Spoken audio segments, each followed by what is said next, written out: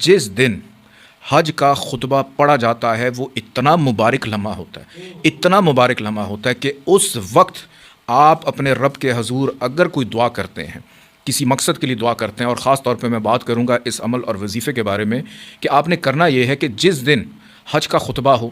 آپ اس وقت T V کے سامنے اگر لگا کے بیٹھے ہیں، اس ٹائم کو آپ کو معلوم ہے، آپ بیٹھ جائیے اور 9 عدد وہ خاص کھجوریں آپ کے پاس ہونی چاہیے۔ ان 9 عدد کھجوروں کے اوپر آپ نے اللہ تعالیٰ کے 4 نام، یا رزاقو، یا شافیو، یا غنیو، یا ہادیو، یہ 70 دفعہ ایک کھجور کے دانے کے اوپر پڑھنا ہے، اول آخر 14 دفعہ درود پاک کے ساتھ۔ جی اور پھر یہی عمل آپ نے دوسری کھجور پہ رپیٹ کرنا ہے، اور یہی عمل آپ نے پھر تیسری کھجور پہ رپیٹ کرنا ہے۔ جب یہ آپ سارا عمل کر لیں،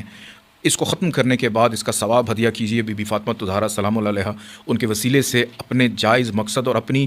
نئی زندگی کی، ایک نئے عہد کی، تجدید حیات کی دعا کیجیے کہ اگلی زندگی آپ کے لیے بہتر ہو۔ جب آپ یہ عمل کر لیں، اس کے بعد آپ نے اگلے دن سے صبح نہار منہ ایک کھجور جو ہے وہ آپ نے کھانی ہے، اور 1 گھنٹے تک آپ نے ناشتہ نہیں کرنا، اور پھر اگلے دن آپ نے دوسری کھجور کھانی ہے، اور اسی طرح یہ 9 دن کے اندر آپ نے یہ 9 کھجوریں جو ہیں تناول فرمانی ہیں۔ اور اگر اس وقت کو، اس لمحے کو آپ نہ